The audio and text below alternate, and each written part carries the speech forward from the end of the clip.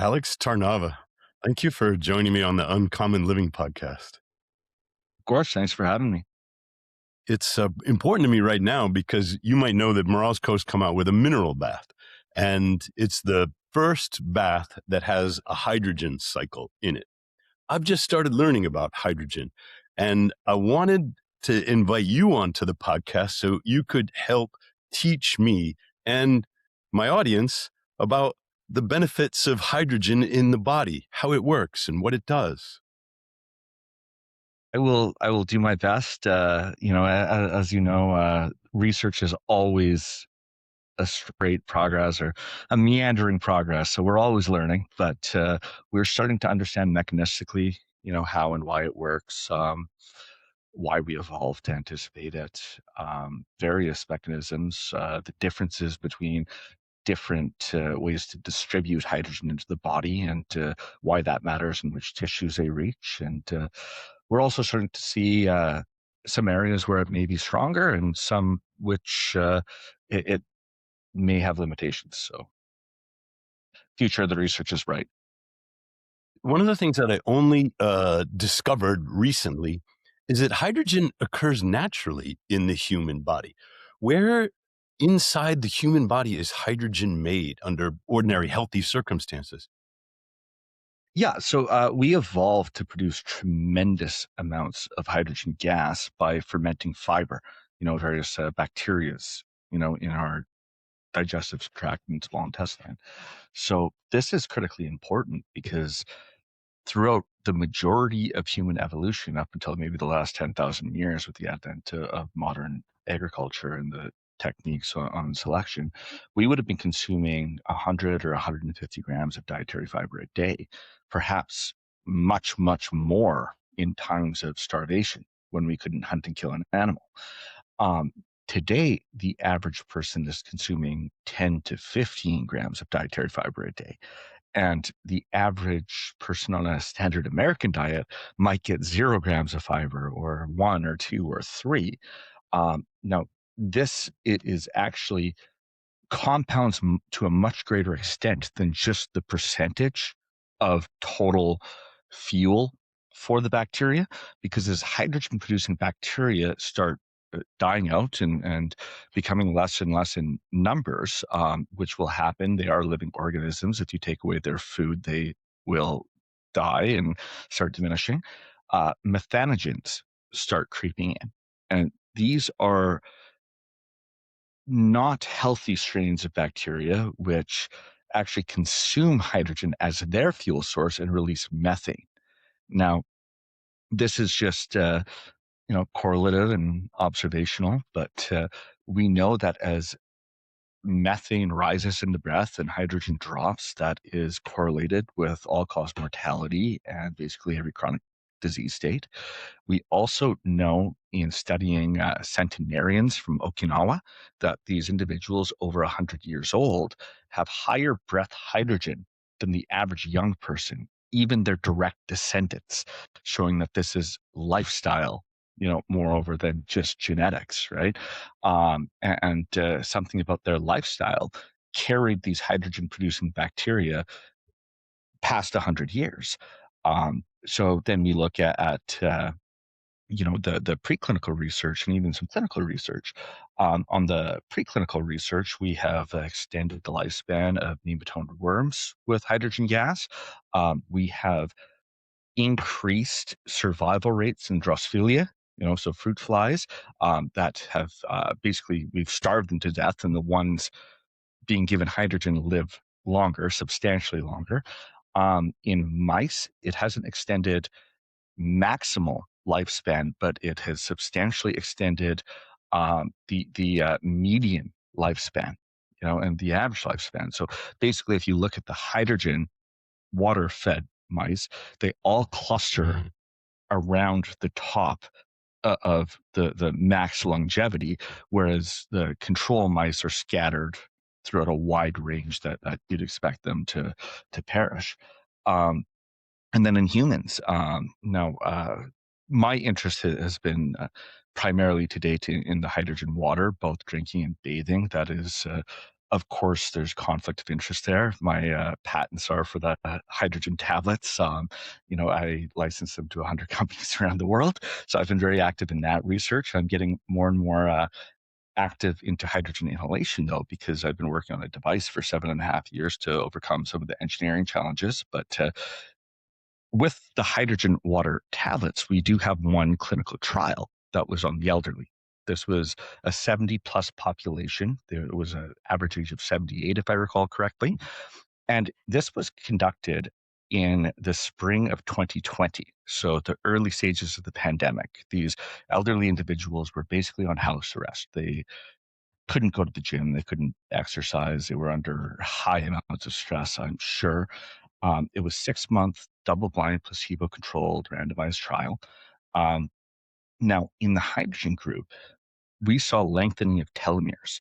So there was a substantial shortening in the placebo group, which you would expect from a high stress scenario like that.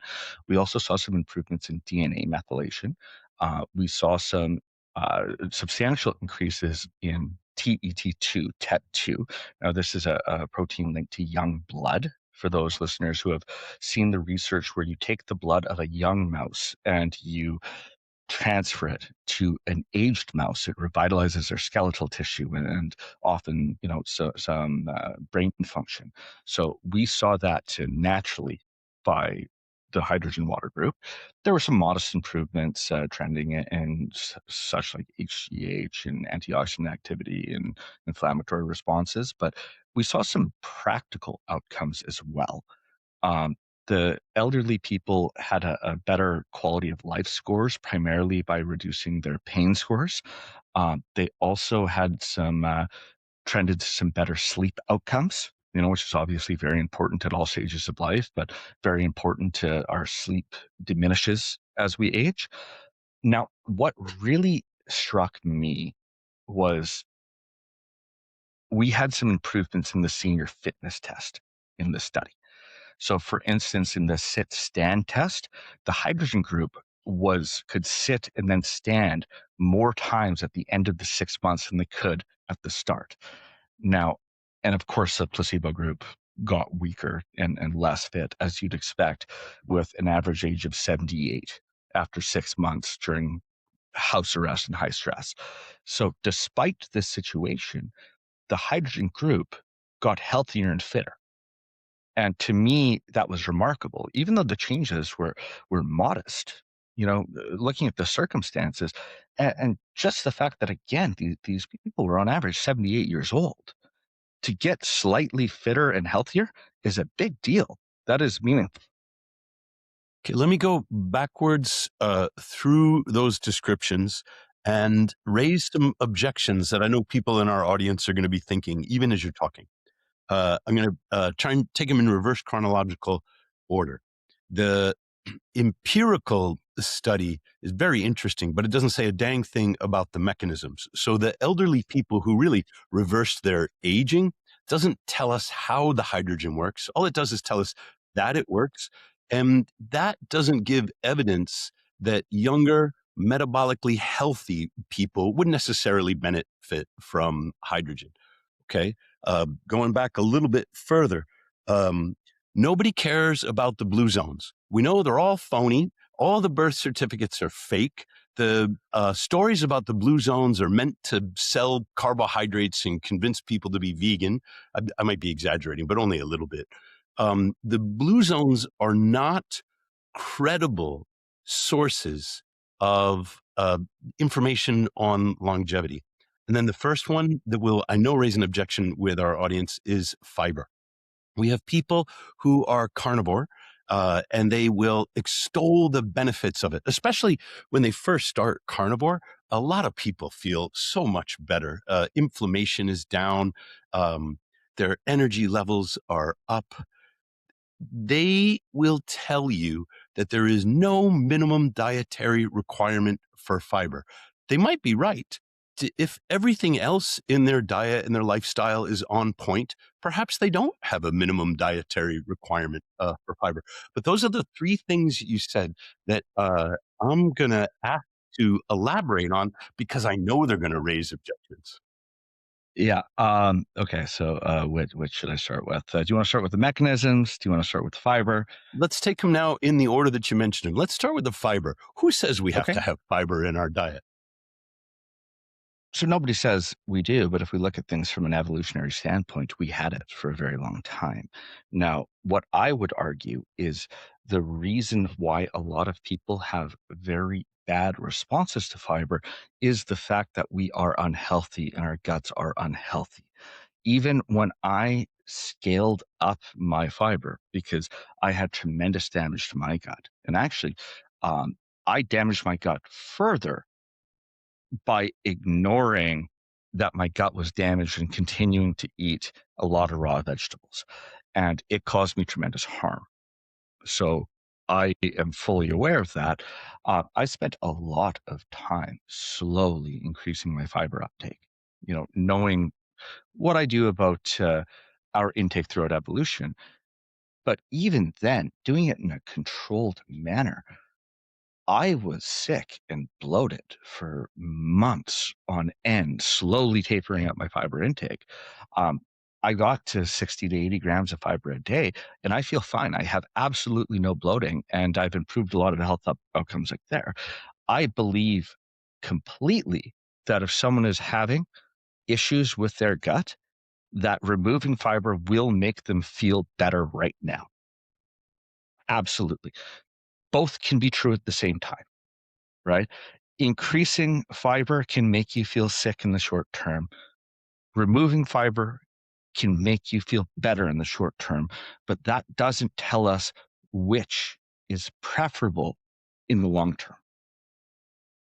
Okay, so one of the ways that the body makes hydrogen is in the gut microbiome. And I think a lot of people haven't maybe thought about this much. We know that the mitochondria, they create all their ATP via respiration.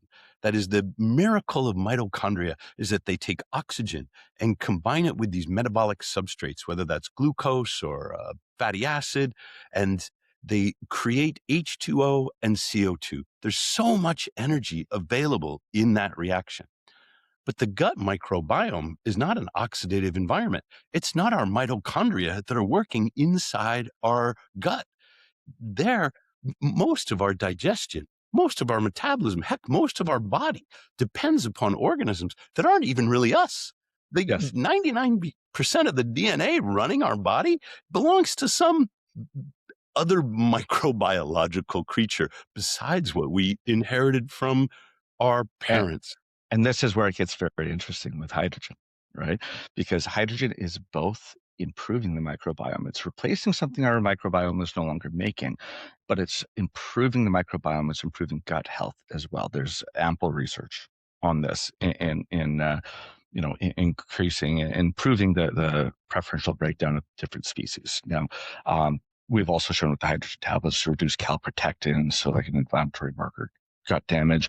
We've improved short chain fatty acids, and we've regulated some hormones in the gut like GLP-1 and ghrelin. And I say regulated, that's very important. It is not an agonist or antagonist for any of these things. It is a lifestyle intervention that has shown to turn the needle up and down to, attenuate or amplify depending on the situational needs. Now, that is hydrogen responding in the gut. Now, after it's in the gut, small amounts get into some internal organs, but a very large amount gets into the liver, right? So, in the liver, primarily, it's going to work the way that hydrogen inhalation works throughout systemically, the way that bathing in hydrogen would work in your skin and your, musculoskeletal tissues and connective tissues, as something called a mitohormetic effector. So this is hormesis for the mitochondria. It targets something called the Reiki iron sulfur protein. It weakens and degrades it transiently. It releases small amounts of oxidative damage inside the cell. This is an adaptive stressor, much like cold, except we actually have no physiological damage from hydrogen. It is just an acute, manageable cellular damage. Now, from there, this causes massive changes in regulation. First and foremost, the reason a lot of people get it wrong and call hydrogen an antioxidant, one, it is an antioxidant in vitro and in physical chemistry. It's a very weak one, and a selective one. It will reduce when you force it to. It will react with the hydroxyl radical and peroxynitrite. Now, the chances of that happening in a living organism are slim to none. And if it does happen, it is irrelevant, largely. Hang on a second, Alex. I saw the Hindenburg movie. That blimp was full of hydrogen. And when it attempted to dock in New Jersey, it blew up and incinerated itself in the 1930s because hydrogen is flammable. How can you say it's a weak antioxidant when it is so explosive? It is a weak antioxidant. It's a fuel. It's a tremendous fuel source. But in terms of what it will directly react with and form new molecules, it is a extremely weak antioxidant due to the stability of its outer shell. I agree. So hydrogen in the air is not the same as hydrogen in the body. The Hindenburg movie and that catastrophic explosion, it's a dramatic sort of representation of redox chemistry, but it happened in the air, not in the water. And which is go ahead. And that exact danger is precisely why myself and Dr. LeBaron spent 7.5 years to try and make a safe hydrogen inhalation device, because we don't want that happening in the airways of a person's body, which has been happening more and more with a lot of these hydrogen oxygen combination inhalation devices. There's just a paper demonstrating numerous case studies in Japan only of detonations occurring in people's Yeah, I'm not airways. happy about hydrogen oxygen combination mixed in. I don't see a reason for that. It is nonsensical. It's pseudoscience. It's incredibly dangerous. Now, that precise concentration, 66% hydrogen and 33% oxygen, is so combustible that it takes 1/3 of the energy to ignite it as generating static electricity. So think about walking across your carpet and getting a zap, 1/3 that energy to ignite that hydrogen oxygen combination.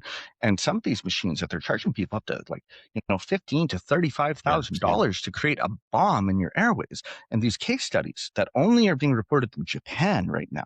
So who knows if people are getting bought out elsewhere in the world, in China and the United States, to not report it in the medical literature. But these case series of this happening in Japan, there's cases of facial fractures, blown apart noses, burnt and charred lungs, vomiting out blood, and it is only a matter of time before people die, in my opinion. In the Morozko mineral bath, of course, we're in the water. Disinfection happens using ozone. And then to get to the hydrogen cycle, you got to hit 3 buttons, and then it will shut off the ozone. It will turn on the hydrogen. It takes about 20 minutes for the ORP to go from positive to negative so that the hydrogen chemistry is dominating. Because ozone is so reactive, it will consume hydrogen until the unit is produced. We use an echo revive unit until it's produced enough hydrogen to consume all of the ozone, and there's a residual hydrogen concentration in the water. And I think what you're pointing out go ahead. To make your listeners feel more safe, one, hydrogen is only explosive above 4%, of the gas in the atmosphere, and 2, it is not at any amount when present in an aqueous solution or water, right? Just like gunpowder is not explosive if you put it in water, right? So at any amount that you're saturating the water, it is not explosive. I think you're pointing out that the hydrogen you absorb through your skin is different than the hydrogen that you drink when it's in water. When it's in water and you're drinking it, it will go straight into the gut. But when you're absorbing it through the skin or through the lungs through a safe inhalation device, now it's going into the bloodstream, and they will have different principal effects in the body. Absolutely. Will you restate the distinction for us?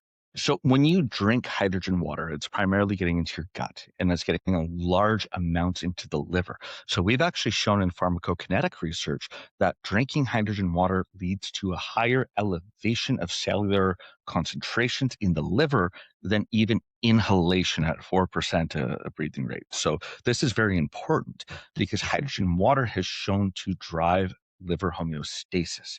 And also, perhaps another mechanism we don't yet know, there's a mitohormetic effect, which is going to be playing a role in the liver. There's the effect on the microbiome by restoring partial pressure. It's affecting, like I mentioned, a lot of these secondary messengers in the gut.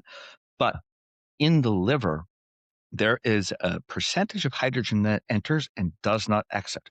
So it is being metabolized in a yet to be understood way, right? So this is why drinking hydrogen water has very specific effects, which differ from bathing in it or inhaling it. Obviously, when you bathe in it, it is getting through your skin transdermally, molecular hydrogen, which is just two atoms of hydrogen bound together to form this gaseous molecule.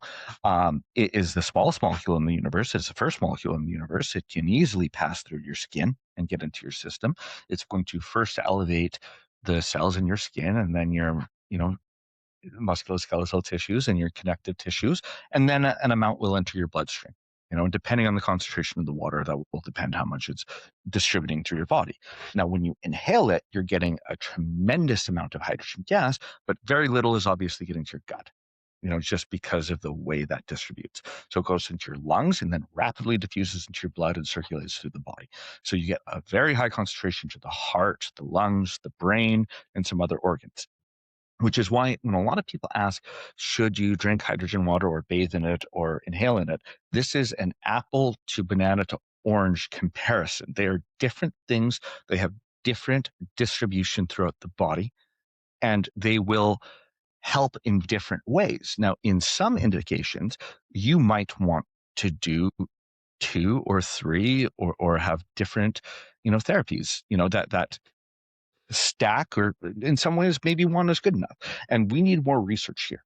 This is where we really need more research, but not just hydrogen. This is also true for cold and exercise and heat and all of these adaptive stressors. We need to determine better protocols, because what is the best protocol for me or you today might be different than what it was yesterday or a week from now, and it's certainly going to be different than the person down the road. We've talked about with the cold. uh, I can stay longer in a cold plunge than I can in a sauna. Just my genetics is built for the cold. I love the cold. I was just everyone was looking at me like I was crazy. I was on Tuesday morning at my new property, my new acreage in Seattle, and I think it was like 1 Celsius. It was freezing in the morning, and then it was 1 Celsius, so 33, 34 or something like that.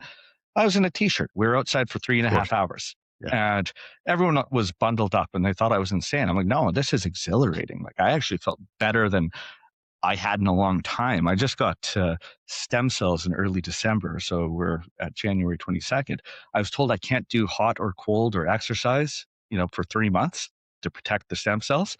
Uh, so I got like a little rush of energy, from being in that cold for the 3.5 hours. My body craved it. It missed it so much. But, the next, if I put my wife in that condition, I'd probably have to be heating her up in the car, for like 8 hours after that, and that is a big difference. So we need a lot more research on exact dosing protocols. And then I think we need personalized research in the future to say, what is your protocol today? But for instance, with hydrogen, say something like the brain, right? And people go, oh, so it gets to a much higher concentration in the brain than hydrogen water when you inhale it, or when you bathe in it. So maybe it's best to inhale hydrogen for neurological. That makes sense, except when we look at the effects that hydrogen water often has that hydrogen inhalation does not have. And then we look at these secondary messenger systems in the gut-brain axis.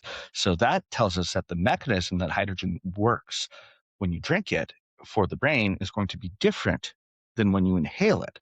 So then we have to look at the ways that each are working and then look at the precise neurological model and decide which is going to be better, right? Which is going to be optimal to assess this condition.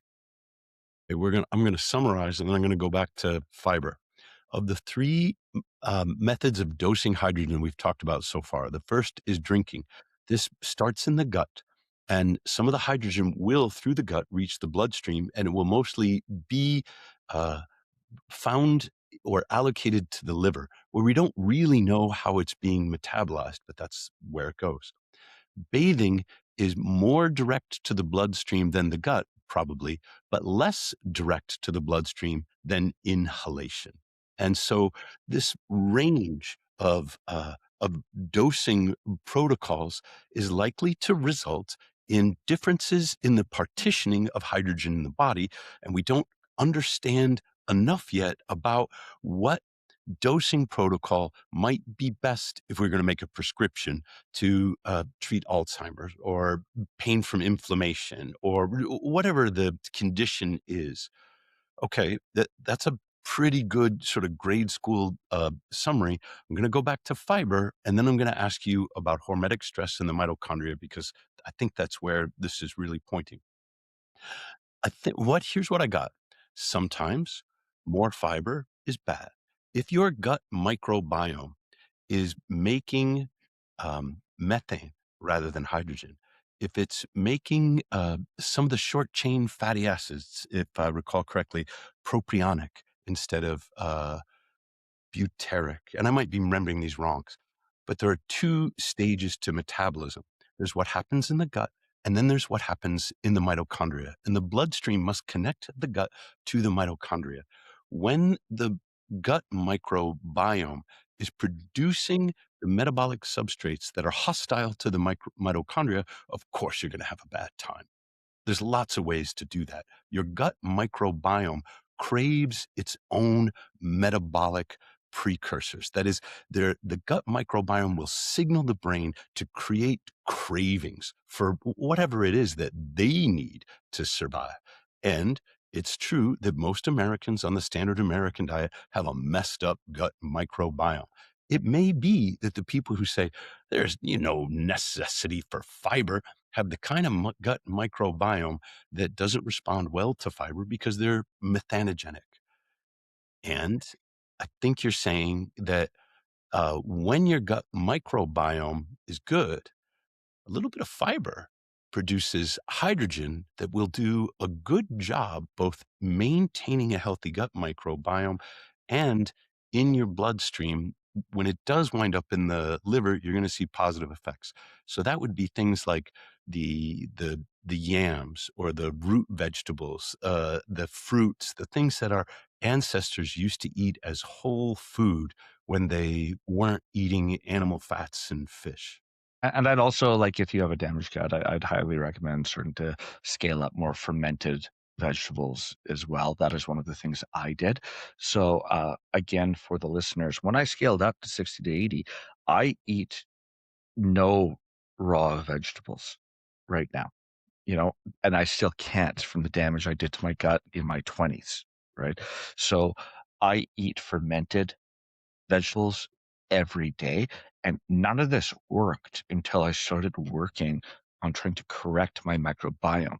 And then only after I started correcting my microbiome could I slowly increase my fiber intake over many, many months. And I was still a little bit uncomfortable doing it very intentionally and trying to tackle both the microbiome and the fiber intake until finally I hit a point where I was no longer uncomfortable and I felt better.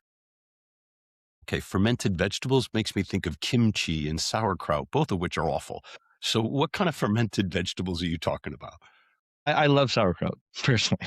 But Actually, I don't blame you. Put a little mustard on there, have it with yeah, some sausage. I think it's pretty good, that's but most of the people yeah. don't share my opinion. Yeah, I mean, maybe it's like my Slavic heritage, but I love my lettuce burgers. And instead of pickles, I put sauerkraut with mustard, and I usually put, an egg, a runny like poached egg for the yolk instead of like mayonnaise on that, and that with like some air fried, sweet potatoes or something is like my favorite cheat meal. Or it's not even a cheat meal; it's just healthy, but it feels like I'm going out to a diner and getting a good burger and fries.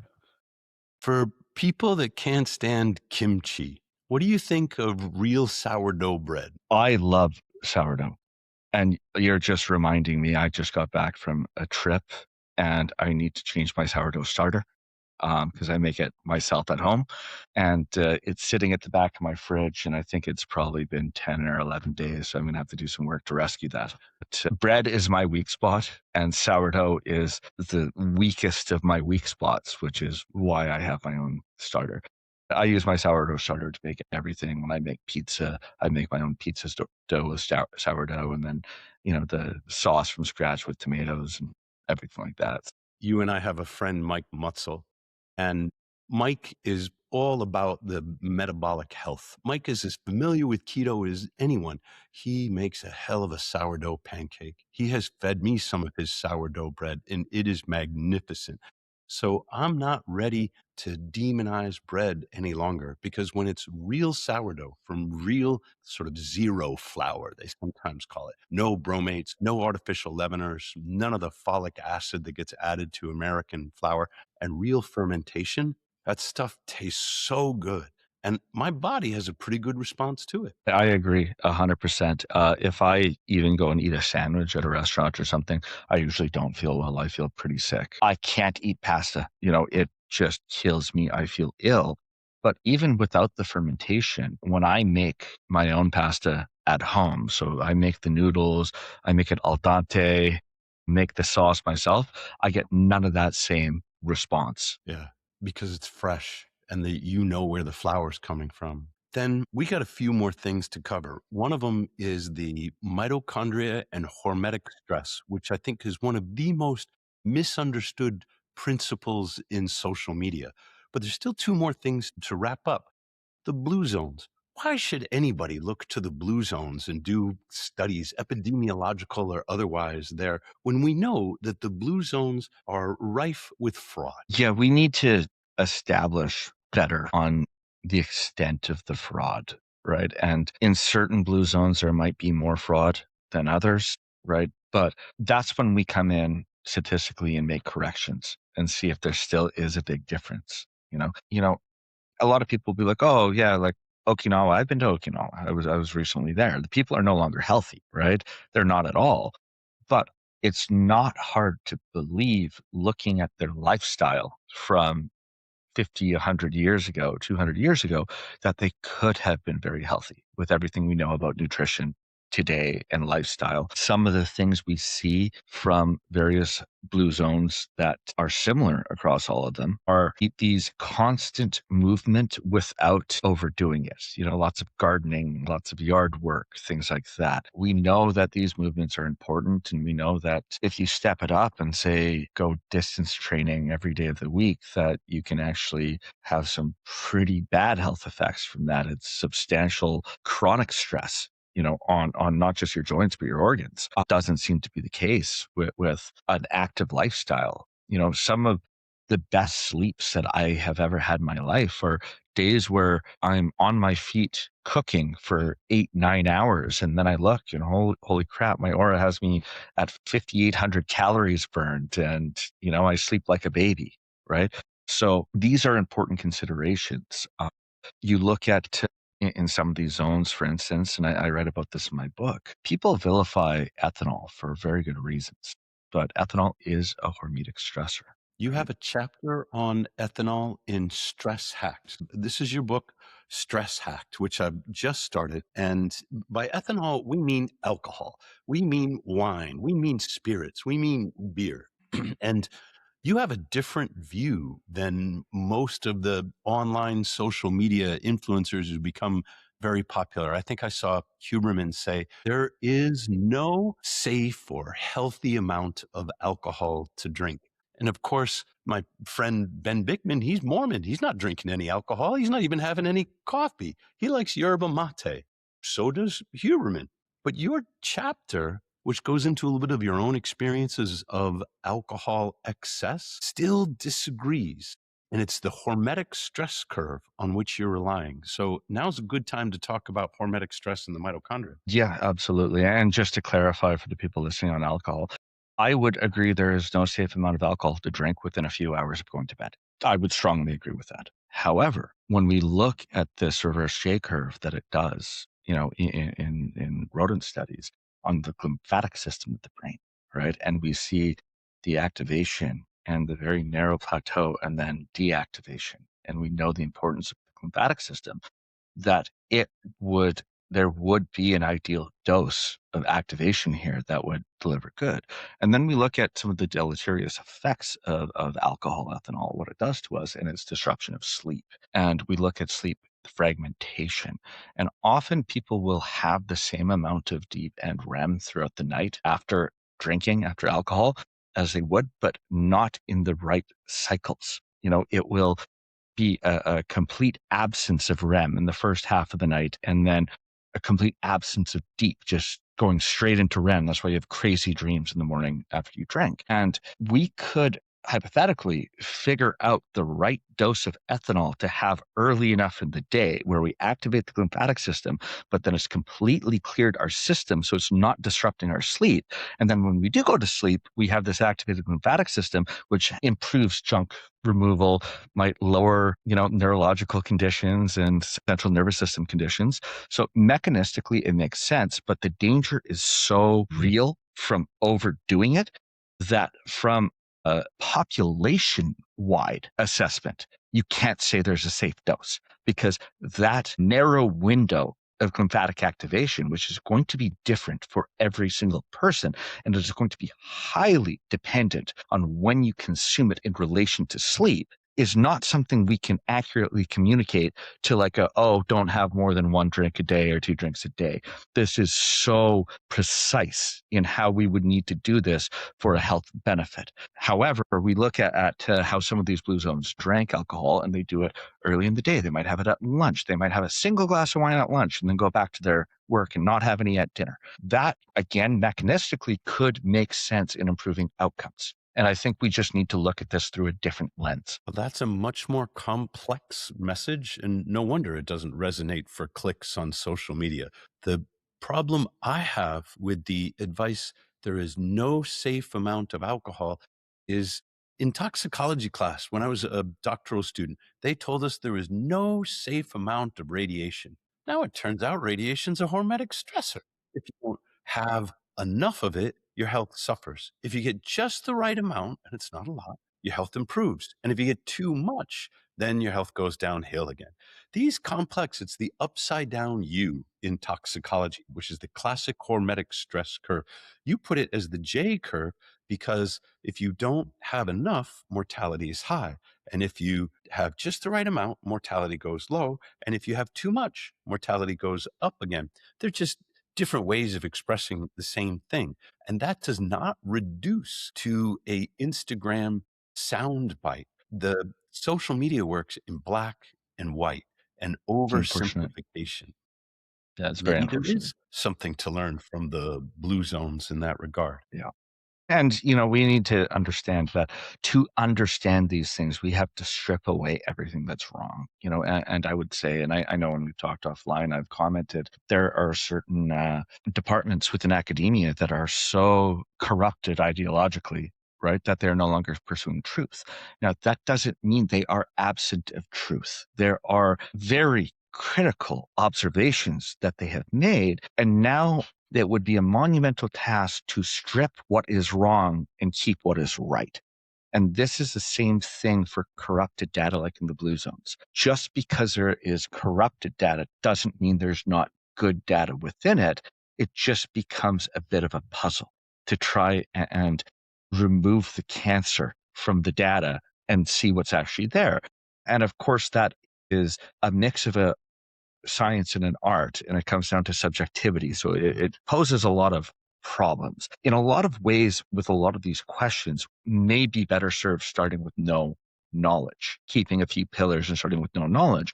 But that's also very hard to do. What are the pillars we keep, right? And that is one of the challenges of science and philosophy in this day and age is separating what the false assumptions that we believe are empirical are and what the correct truths that we need to keep to move forward. One of the things that you mentioned was moderate exercise, moderate light exercise. That could be gardening, it could be walking, it might be chopping wood, for goodness sakes. But the kind of exercise, cooking, cleaning, doing chores, the kind of exercise that you're working into your everyday routine. You said that that's associated with longevity. I don't know anybody who is a triple marathoner who lived to be 120. I'm exaggerating, but extreme exercise is not associated with longevity. The massive bodybuilders with super low body fat composition and enormous muscles, they look great. That doesn't make them healthier. One of the things that gets lost is this hormetic stress curve. A little bit is usually a good thing. This gets lost in cold exposure. I'm not advocating that anybody try and break the world record for full body contact with the ice. I'm saying 2 to 4 minutes a day, just enough to get your mitochondria revved up. And I don't think that people fully appreciate the role that stress has in our life, that hormetic stress stimulates our body to respond and become more resilient. Will you tell us how hydrogen is acting as a hormetic stressor? Yeah. So with hydrogen, it is attacking, basically weakening the rice-king iron sulfur protein, in the mitochondrial complex too. I'm getting into biochemistry that isn't my area. If I got that wrong, forgive me. This is not my expertise, but this is what we've recently actually been able to demonstrate is the precise target in the mitochondria. Now, from there, we have been demonstrated repeatedly in the research for many, many years that hydrogen, after the stress occurs, will, say, activate the NRF2 keep one pathway, which produces our body's own endogenous antioxidants like glutathione, superoxide dismutase catalase. So hydrogen is also regulating production of certain beneficial free radicals and stressors such as nitric oxide and H2O2. So it's driving towards something called redox homeostasis. Now, this is critically important because we know that this antioxidant theory of like longevity and curing diseases has been debunked, in the late 90s, Yeah, it early doesn't hold up. 2000s. Yeah. No, and in fact, high dose antioxidants aren't just not good for you, they are demonstrably harmful, right? All of these longitudinal studies with chronic high dose antioxidant therapy have at best shown no results, but most of them have shown increases in all cause mortality, more disease progressions, interfering with various medications. And this is because when you take too many antioxidants, you fall into something called reductive stress, right? And you don't have enough of these beneficial stressor signaling molecules within the cells. Now, this is also important because within the same cell, you can actually be in both oxidative stress and reductive stress simultaneously, right? So, hydrogen, by regulating the production of both our endogenous antioxidants and our beneficial stressors, is driving towards this redox homeostasis. It's not either overdoing it either direction, and it is leading to better function throughout the cell. Now, people will also say something like hydrogen's an anti-inflammatory. It absolutely is not. And this is all critically important information because this is one for legality and two for accuracy. Now, the pharmacological theory on treating diseases relies on a single molecule down a single pathway or receptor that works as an agonist or antagonist and so forth. Now, Which is that is how bullshit. drugs work. Yeah, Yeah. that is how drugs work. That's how people claim drugs work, as if the body Sure. was a machine and you could act on one gear at a time. And Yeah. that's not true, but it Yeah. is what they tell us. And then everything else that they didn't want to have happen gets written off as a side effect. There are no side effects. There are only effects. But I think I know where you're going with this, despite my interruption. So lifestyle interventions do not work like that. They act systemically across the body, which is why it irks me when people say hydrogen's an anti-inflammatory. It's not. It is regulating our inflammatory response by creating a healthier cellular environment. It's I doing think you this by better nuclear repeat factor that. kappa beta, right? I think that bears repeating. You're telling me that hydrogen is not an anti-inflammatory. And then you're going to explain again, I hope, why people say that it is? Because more often than not, it shows to lower inflammation and inflammatory cytokines.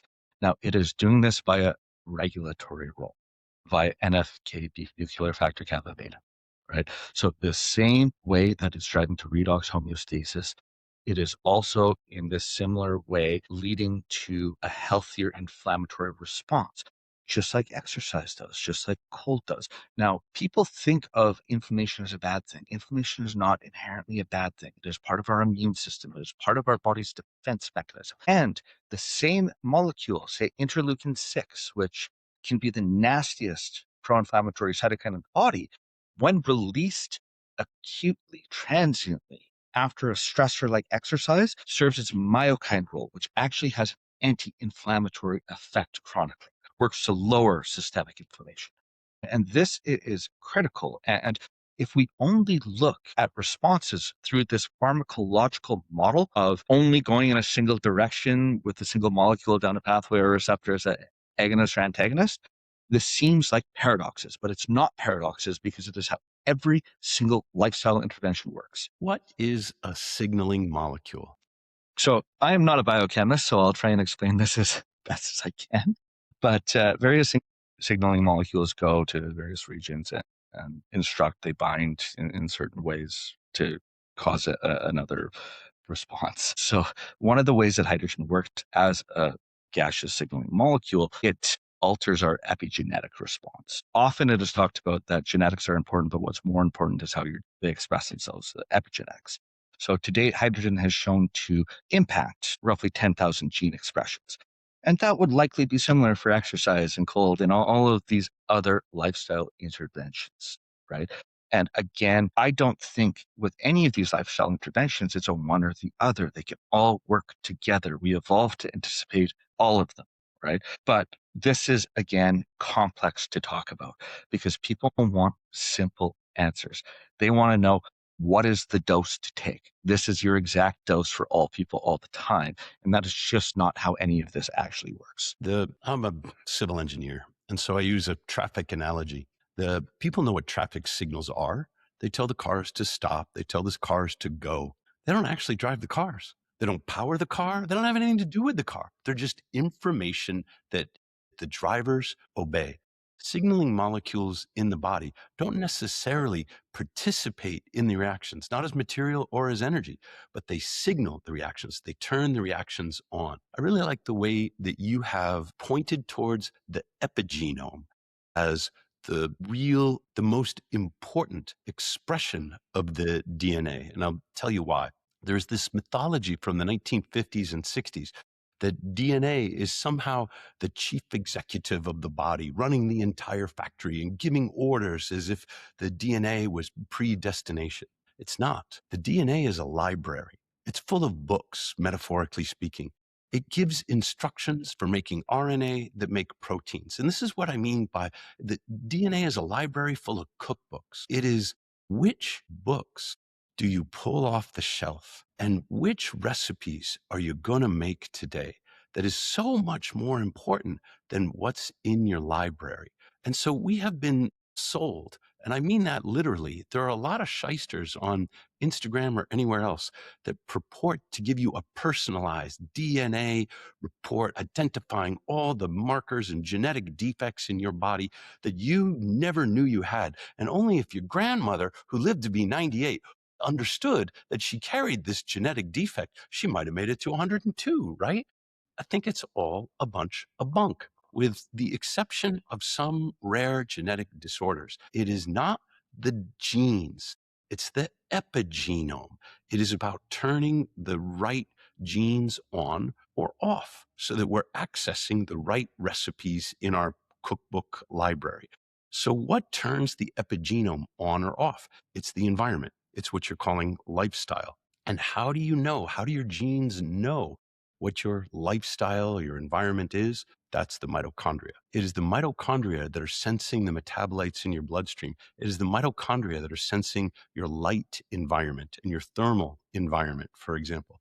And when these are all in concordance, your light, your diet, your thermal environment, then your body can't help but do great. You have everything inside yourself that you need to stay healthy. The question is whether you're turning on the right aspects of your genes by signaling your mitochondria with the right stimulus.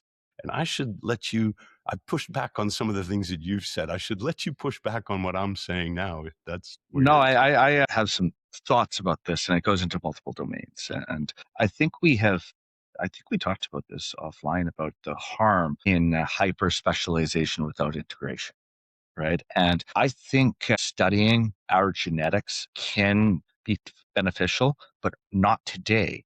I think it will be in a few years. And I think we're also going to have to analyze our microbiome, our activity levels, our markers on our blood, see the changes that are happening.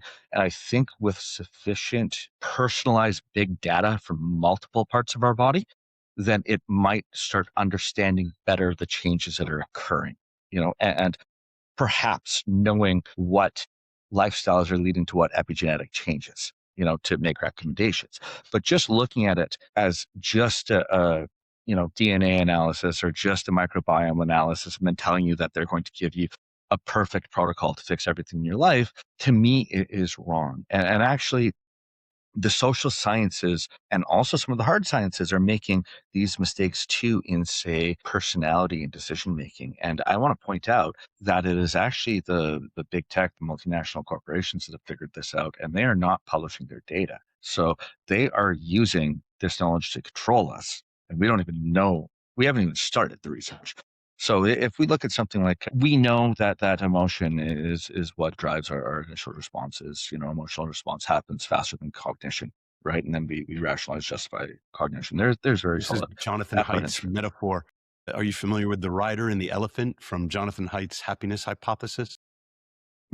I've read some of Hyde's stuff, but I'm not. Elephant goes wherever it goes. The rider's job is to rationalize wherever the elephant wind up. 80% of what we do is just driven by some spontaneous emotion that we then cognitively rationalize later. It's very Exactly. unusual for us to think through something before we make a decision based upon And those thoughts. it's impossible to untangle if we're ever making any cognitive emotions, because how far do you go back? This is a very complex subject. However, so when the social sciences look at things, they've mostly banned looking at genetics, which is a big problem with what they're doing, because they're assuming sameness across all people across the board. That's insane. But two, they're trying to look at decision making through a cognition lens and also like a cultural lens and societal lens. But if our actions are driven by our emotions, we need to be looking at how we emotionally respond to a wide area of things. In That's my first book that you held up. My second book is finished now. It'll be released in a few months. It's called The Stone Wall: On Power, Human Nature, and the Failures of Justice. My third book, which I am working on the second draft right now, is called Manufacturing Minds: The Education System's War on Free Thought.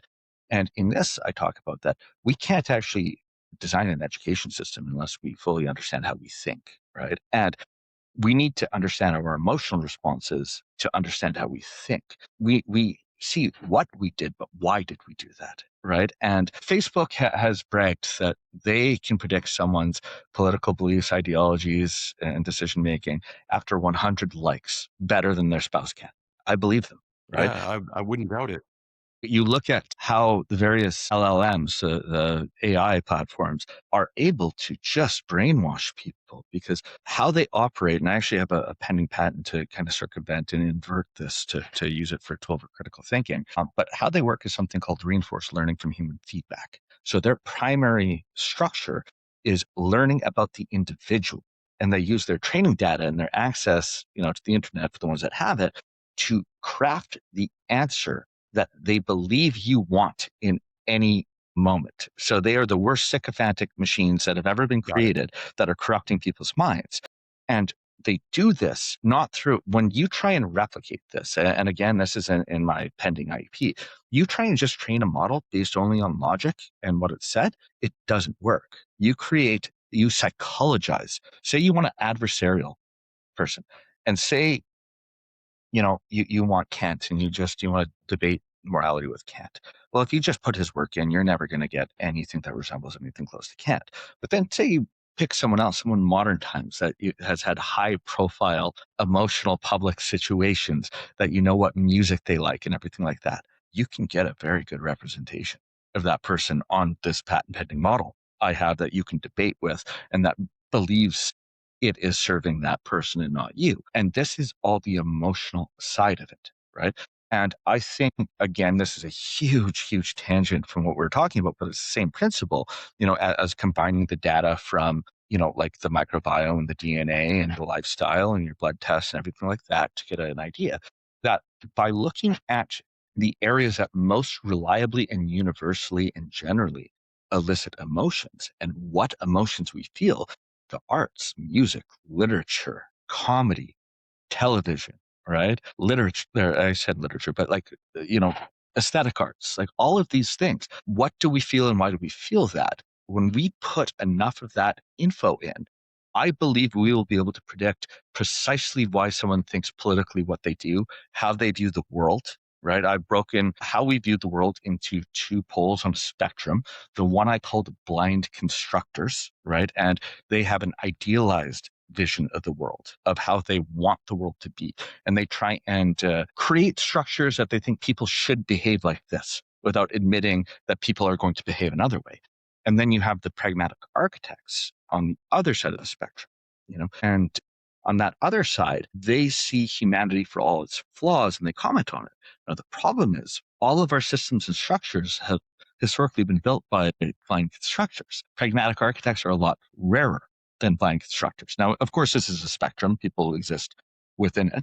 But this means that pragmatic architects typically lead towards nihilism, and being defeatist and having no hope and no optimism. Now, if there's any literature fans listening, think of Dostoevsky's Underground Man. This would be an example of a nihilistic, self-destructive, pragmatic architect. He sees the wall and he's so broken that he says, there's nothing I can do about this. And he thrashes himself against it and he breaks himself. But I believe with the right knowledge about where we sit on the spectrum and understanding how other people sit on the spectrum and what parts of reality we observe, right? That the blind constructors and the pragmatic architects could work together and temper the worst of each other. And we could settle on constructing foundations and structures that may not be perfect, but maximize human ability within our ability, with compromise on both ends. So basically admitting that the wall is here, the stone wall is there, but 2 + 2 is 4, but that doesn't mean it's defeat. That doesn't mean we give up. And that doesn't mean we ignore the wall, that it doesn't exist. It means we erect ladders. We see if we can tunnel underneath it. We build shelving. We build lean-tos against the wall. We use the wall as a tool, not as an impediment. And this is one of the fundamental things I believe we need to understand about ourselves and others before we can move forward in a better educational design. Blake Masters and Peter Thiel wrote a book called 0 to 1, and they include 4 quadrants. So it's a little more complex than what you're talking about. But along one axis, they have, let me see if I remember it correctly, the idea of determinism. Can you do anything about it? And on the other axis, they have optimism versus pessimism. So in these 4 quadrants, which are oversimplifications, but it's fascinating when it comes to the world of technology, there are those people who think you can make the future and it can be great. Their belief in determinism is high, depends upon the decisions you make, and it's going to be terrific. Others, no, you have nothing to do with the future and it's going to be great. And that's an attitude that exists in America right now. You can't really do anything, but we're all going to win anyway. Toxic positivity. Yeah, exactly right. There's a chapter, I think you're on the body side, on the mind side. There's a chapter called the toxic positivity trap. Right. And I make a case for something I call strategic pessimism. Mm-hmm. Now, most pessimists, philosophical pessimists, go so far as being antinatalists. Because life is so bad, it's not only not worth it to have children and exist, but it is immoral to have children. Right. People like Arthur Schopenhauer and such, along this line. And, several of Schopenhauer's students killed themselves, believing in his philosophy. So, and this doesn't actually, there are worthwhile things that Schopenhauer had to say. And this is another thing I always teach. You can always learn from the loathsome. If someone is a deep thinker, no matter how awful most of their thoughts are, there will be slivers of truth and profundity that you can take away from them. But we should never say everything is going to be okay, because it usually isn't. If we look at the world factually, it's usually not okay. But then we do not resign to defeat. The purpose is we move forward. We find the moments of purpose, of happiness. That's what it's all about. And always forward one step at a time and knowing that things will go wrong, they will inevitably go wrong, they will always go wrong, we create redundancies, as many redundancies as we can possibly create to protect ourselves so that when the worst happens, it's just another Tuesday. We can't found a startup like Morozko predicated on pessimism. We don't go that far. Instead, I read Andy Grove's book. He was the CEO at Intel, and he said, only the paranoid survive. And I remember counseling my engineers last week. We need more paranoia. I want you to think about all the ways that this could go wrong. Do the So pre-mortem. And that then is actually what I define strategic pessimism, right? It's sounds like we are on the same track. Yep. What your approach to the world, of course, depends upon your worldview. What Thiel and Masters say is if you're one of those people who thinks there's nothing you can do and it's all going to hell anyway, then you're Western Europe. Then of course you're going to take 6-week vacations and you're going to take 3-hour lunches, or like the French, you're going to go on strike at the drop of a hat or something like this because it's all going to hell and there's nothing you can do about it anyway. Well, it's the few Americans, many of them immigrants, who still believe that you can make the future and it can be great, who are the entrepreneurs. And that's why the book is called 0 to 1. It's about the real entrepreneurial effort, not opening up a new Kentucky Fried Chicken franchise, but starting something totally new. We've seen disruptive. exactly the PayPal mafia. It's all made up of immigrants. And you look at the countries that they came from, they couldn't have done it in those countries. They're able to do it in the United States, but not with the typical American attitude. That isn't to say that you can't be a successful American entrepreneur. It says the prerequisite worldview to successful entrepreneurship is this sort of strategic. You're saying pessimism. I'm saying optimism. That is, the world's going to be good, and it all depends upon your decisions. It fluctuates between delusional hope, Correct, in the future. We look to the future with the delusional hope, and we look to the moment in the short term that it will all collapse. And what do we have to do to prevent this collapse, to get to that delusional hope we have in the future? And that is what keeps us moving forward one step at a time. And I am an immigrant coming into America myself. I'm Canadian. I would say that I would not have been able to build this company solely in Canada, right? With the regulations and the market size and everything. It's one of the reasons I'm relocating. Between my companies, I think I have like 25 employees. I have millions a year in, annual salaries that I'm giving to US citizens. And we cannot hire fast enough. Like I have 4 new hires this month, and I think there's another 6 or 7 on the next round of hiring. And it's every time we hire a new wave, we have to hire a new wave because, it creates more business and then creates more need for more staff. So it's blowing up in a good way, not blowing up like the Hindenburg, even though my businesses are in hydrogen, right? So it's, but again, that mentality, like, yes, I come from Canada and a lot of people are wealthy in Canada. I was raised by my mom. We were below the poverty line. She was making like $9 or $10 an hour when I was a kid. I started working when I was like 5 years old, like not doing crazy stuff, but she'd take weekend jobs and I'd help push a broom around all weekend, and then had a paper route. And then, like my friends and I would go door to door shoveling snow or mowing lawns and anything I could, because we didn't have a lot. And I actually needed money just to play sports. And, I see so many people, and especially so many people going to business school, which I think we need class action lawsuits against Harvard and Stanford and Yale and every business school in the country, because I believe they're committing fraud, and as well as academic fraud. We know that the outcomes for marketing students and MBAs and such are becoming lower and lower by the day. Nobody wants to hire them. They're useless. They're being trained on a world that doesn't exist anymore. Curriculum can't keep up. And they are marketing these positions solely on the basis that you will earn more money. And we know that is factually not true. And then the data that they use, and these professors that work within the department, they get all of their funding from their department and their university, predicated on more students coming in to pay this bill, are using comparators, like comparing an MBA against the general population, or comparing an MBA, what they made from when they got it from before they got it. Well, what if they were a high school student before? It's preposterous. Why none of these papers are comparing what they are making in their role versus someone who does not have their degree in the same Yeah, role. right. You know, that is a conflict of interest. It is academic fraud, in my opinion, and it is financial fraud on the university's part. And again, this is my opinion. I want to see empirical evidence. I believe it is there, right? I challenge parents who are supporting their 30 or 40-year-old MBAs with hundreds of thousands of dollars in crushing debt to band up together, have this studied, and sue these institutions because these departments need to get shut down. From an entrepreneur, you mentioned Peter Thiel, Elon Musk, they have said things like the best way to ruin your business is hiring an MBA. Correct. You know, Elon Musk said, not only do we not give credence to having an MBA, we consider it a detriment. You know, it has to be a very strong candidate to overcome. You know, they do not know what they're doing. They are trained to think like a bureaucrat, like the government, right?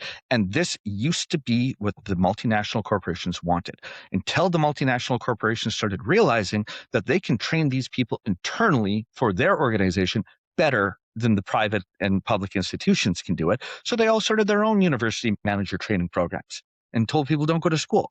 So now who are these MBAs helping? Most of the major corporations don't want them anymore.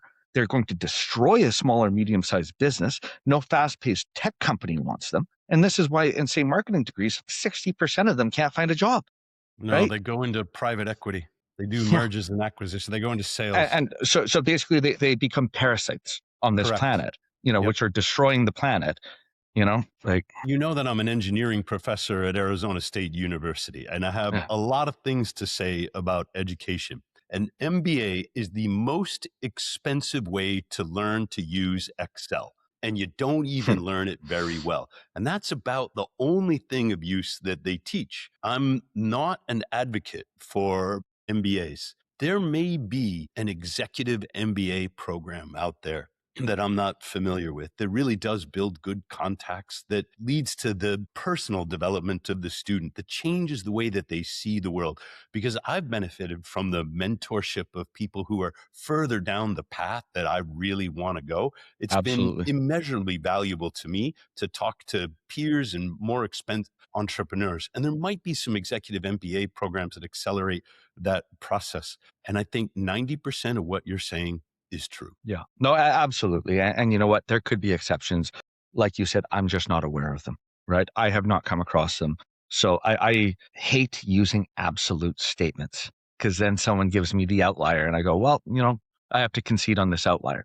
But we have to look at tendencies, you know, and the fact is that the vast majority, at minimum, of these programs are creating massive amounts of debt for these students to give them skills that they cannot use to benefit the businesses wanting to hire them. So then they get into, like you said, despicable fields such as Correct. private equity, you know, and finance and sales and so forth, which are extractive and parasitic to our society. I blame And the economists.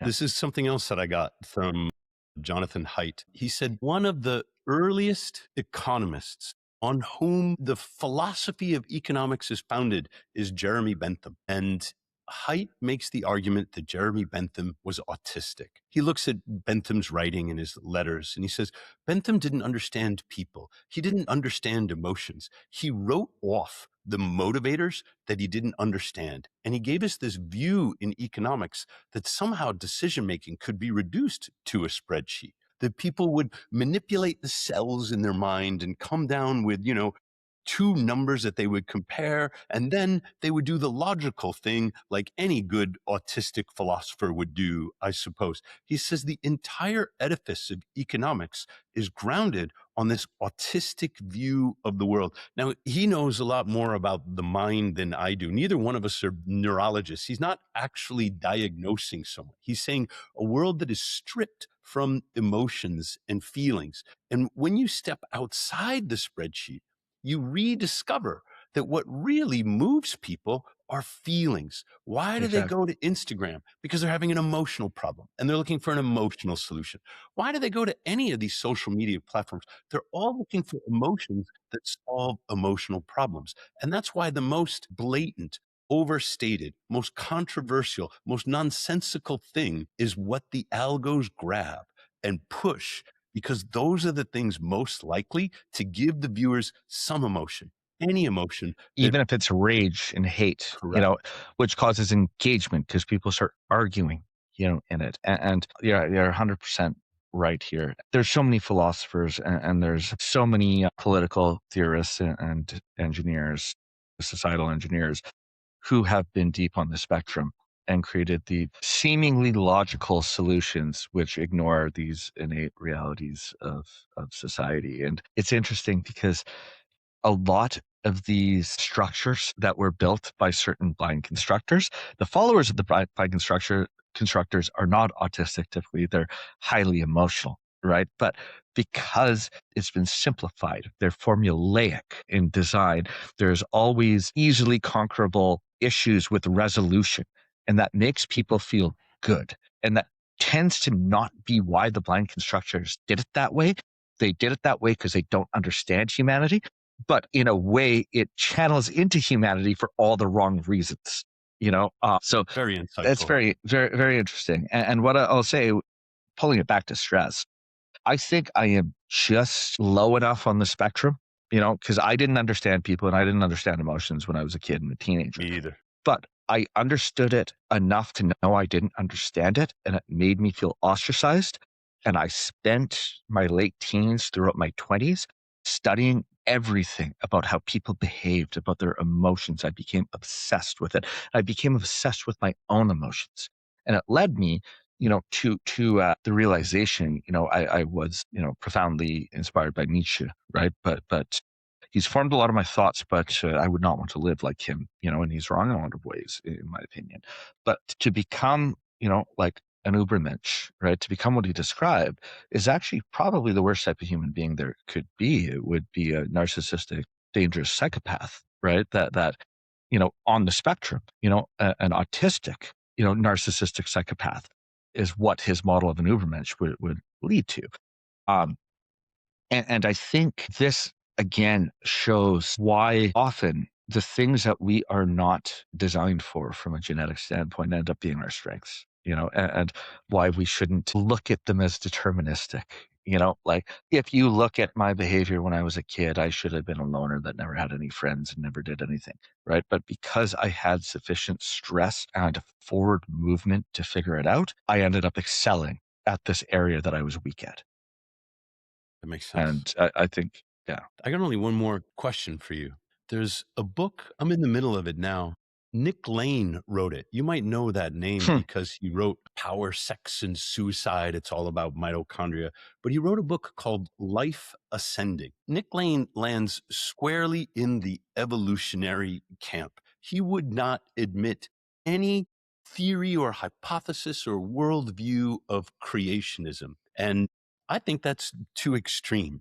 But the way he presents his information is coming from that worldview. There are hydrothermal vents deep in the ocean, and you don't have to be a creationist or an evolutionist to recognize their existence. In those And actually, hydrothermal those vents, go ahead. releases hydrogen gas, which our Correct. last universal common ancestor uses its fuel source. There are three elements that are essential to life and they get overlooked. And this is the real lesson in this story. They are essential to life. They govern life in these deep hydrothermal vents where life is reductive, not oxidative. They are hydrogen, iron, and sulfur.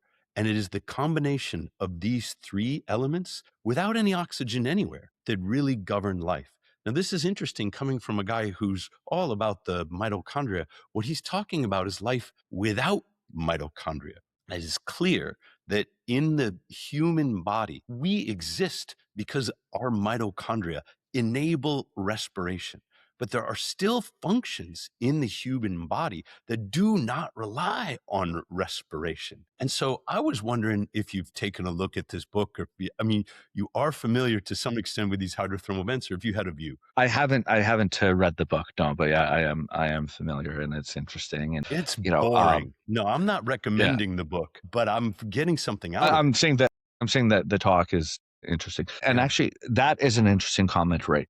there. Some of the most boring books that I read, that I fall asleep 3, 4, 5 pages in every night, and it's weeks of a slog to get through. Maybe there is a single passage or paragraph that profoundly changed the way I look at the world. And it is that stress and that struggle to get through, because sometimes you can feel this writing is very bad, right? Or it's very uninteresting, but it is working to something, and I need to get this resolution of what it's working to. And if I don't continue reading, I can't skip ahead because I'm not going to have the needed context to get to this resolution. And yeah, to me, that is another form of intellectual hormesis in stress, is the ability to push through. Now, I will push through a book like that I think I'm about to get something out of, but I am not against throwing a book down that I'm getting nothing out of, Me right? too. That the insights Yep. are bad. I If it's cannot got to count go, it's how got to many. go. Exactly, right? Exactly. But yeah, that's whenever, to your point, whenever I talk about the evolutionary origins of hydrogen, and people sometimes, certain young earth creationists will get very upset saying there's no evolution. And I just think, why would you put limits on what God could do, right? If you are believing in that God. And same from the, evolutionists, like, why are you limiting the possibilities in the universe, right? We don't have precise answers for the origin. Now, we need to be able to falsify things, right? So we can't say, for instance, this is exactly what happened, right? But there are, in my opinion, corners that certain beliefs exist. Now, my belief is a little bit different. I know when we've talked, I was raised, Christian throughout my life. Now today, I am closer to an Epicurean God, or some people call it Einstein's God, that I believe there is something in the universe of force that is beyond our comprehension, that set in motion the laws of physics and mathematics in the universe as we see it. I just don't think if it cares, if I eat some bacon, on the weekend, or, like do anything like that. Like that's just me, and I could be wrong. And I'm not going to say definitively, but that's how I'm living my life. And you had another point that I wanted to bring up, and it's interesting. Again, I've gotten some really good insights from him, and I would say I disagree with him more often than not. But Sam Harris talks about, free will and determinism. And in one of his books I read, I believe it was Free Will, that it stuck with me. And I said, I like this. This is how I'm going to lead my life. And he said, we should live own lives as if we have free will, because every decision matters, Of course we should. right? Yeah. But we should look at everyone else as if they're deterministic, and then we can have empathy for them. That might be the only smart thing Sam Harris ever said. I have a lot of trouble with that Vax pusher. He makes me angry. And yet that pithy advice makes a lot of sense, because it's very rare that people change. People are who they are. Now, some people change. You've changed. I've changed. But it's very rare. If you're hiring somebody and you're expecting them to change, you're going to be disappointed. If you're marrying somebody and you're expecting them to change, you're going to be disappointed. It's very rare. And so there's And some if they do wisdom. change, it's usually for the worse. Maybe not in the direction that you wanted or that you were Yeah, expecting. yeah, And so you might see exactly. it Yeah. as the worst. It bothers me that there's a creationism versus evolution debate. And I think They're not mutually exclusive. They could both simultaneously exist. yeah, exactly right. The way I see it, God didn't get around to humankind, and he didn't create man until day 6. What do you think was happening on day 5? Like, there were the oceans, there, Yeah. there's a lot going on And in my what world. is his day, in this interpretation? Exactly. Right. A day Yeah. to God might mean a jillion gajillion years to you and I. You and I aren't immortal. We don't know. Yeah. Right? Yeah. And if we take it back to, some of these technocrats that we've talked about, and talk about like the simulation theory, then, God could be me on a computer running a simulation, and a billion years again could be a day, right? In that scenario. But then it's the infinity problem that, well, then who created the universe he's in? And it just Of goes on, course. Then it's forever. turtles all the way down. Yeah. Alex, this has been a lot of fun. Yeah. Thanks for Agreed. joining me, having this wide-ranging philosophical conversation. I'm not sure what I'm going to title this. Hydrogen and philosophy, something like that. And I'm glad we had this talk. Yeah, so am I. Yeah, hydrogen can take the lead, but I'm a big believer in systems thinking, and I think this is all connected. Everything in the world, in society, in ourselves is connected. So my conversations tend to be tangential. Good. Then we should keep talking.